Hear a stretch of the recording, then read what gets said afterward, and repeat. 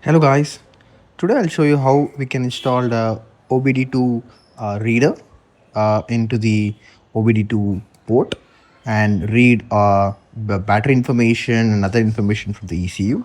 For that, we require one OBD2 reader. This is the wireless OBD2 reader, cost roughly around 300 rupees. I'll put this link in the description so you can check it out. And once you get this, let's see how we can install it and read this data. Okay, to install this, let's come here.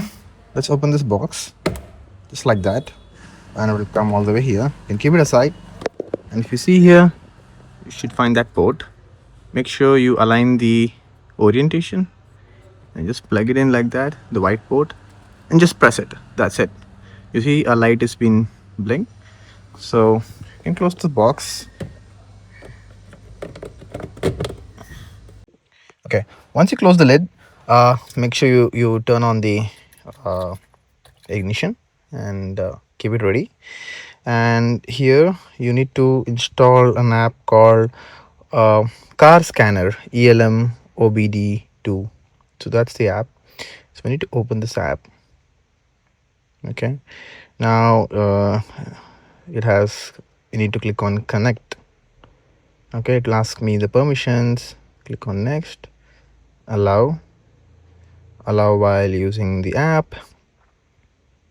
Okay, connect again. I will ask you to turn on the Bluetooth. I'll click on allow.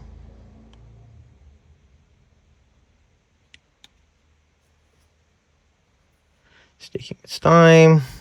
Connecting Bluetooth OBD2.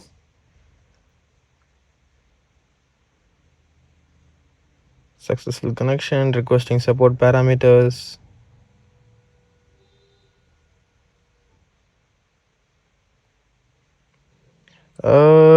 Hey, can you make it faster? Yeah, okay. Car scanner needs your app permission. Send notification. Okay, click on allow. Okay, here we go. Connected and connected. Okay, strange thing. Dashboard. Yeah, we have everything here. Okay, so the first one is the SOC, state of charge, which says 70%. The state of charge in my car dash is 68%. And Tata keeps some buffer, and this buffer is variable. For the first 50%, it just shows 2%, 3%, right? If you go below 50, it has the variation of 5 to 6%. Okay, next is SOH, state of health. For some reason, I'm not able to fetch my state of health sensor, so it's just showing 0. I don't know why. I'll check with the service team regarding what's the state of health, because it's not showing, it's not pulling it, it's not reading the data from the new Punch EV. Do let me know, guys, if you own a new Punch EV and do you also see the state of health 0%. Do let me know in the comment section. Okay, so this is the speedometer. It's the same speedometer when you travel. And this is the battery voltage. It has 350 volt for now. For the 70% charge. Battery amps is 0 for now because I haven't turned on anything. Battery maximum is 0. I'll show you. So this will start consuming the battery once I turn on the ignition or turn on the air conditioner. I'll turn on the air conditioner for you. Okay, I have turned on the ignition. It says ready to drive, and here I'll turn on the AC. Now look at this. Okay, I'll just lower the blower so I cannot disturb the audio. Okay, now look at this. It's consuming 2.3 amps, 0.8 kilowatts. So this is what the AC consumption is, 0.8 kilowatts. Sometimes in hot sun it goes up to 1 kilowatt or 1.2 kilowatt. So this is efficient. This is you cannot complain on this. This is good. Okay, and the battery minimum. So there is battery minimum and battery maximum, because there are a lot of cells, right? So the battery minimum temperature is roughly around 31 degrees Celsius, and the battery maximum temperature is around 32 degrees Celsius. And the battery cooling percentage is 40%. So this is the lowest I have seen, 40%. So the highest I have seen is 93%. Yesterday, like, I was traveling on a 41-degree weather, and the battery cooling was constantly cooling at 93%. Sometimes average it cools at 75%, but in hot sun it cools at 93%. This time it's under 40% because the ambient temperature here is roughly around 33 degrees. So the battery is also in the same temperature, 32 and 33, so it's cooling here. One thing I noticed, if your battery cell temperature reaches above 34 degrees, automatically your radiator fan and other thing turns on, and your car will feel like ice car, start giving you vibrations and other stuff, because it's meant to cool the battery. The coolant and everything goes into the battery and starts cooling it. That's what it's trying to do. Once it drops below 33 degrees, automatically the cooling fan, everything turns off, and the car is super silent, and the charging is also very efficient. If you charge your car at about 34 degrees, if you hear the radiator sound, which means that your charging is not efficient, because there is 1 kilowatt or 1.2 kilowatt loss happening in real time, because the power that we are plugging in does not go to the battery. It directly uses the power to cool the fan, cool the battery and everything.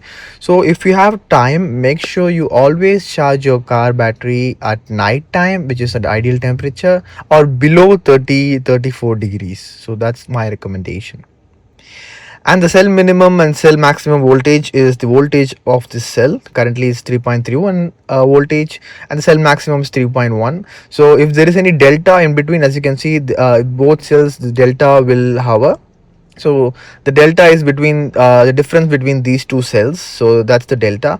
So if your battery is 100% charged, the delta will be higher, because there is a high charge and the balancing is not happening at the stage. Once you start driving, immediately that cell voltage delta drops significantly down, and 0%, as you can see, everything is properly balanced. And if it's imbalanced, it will show you different type of numbers over here.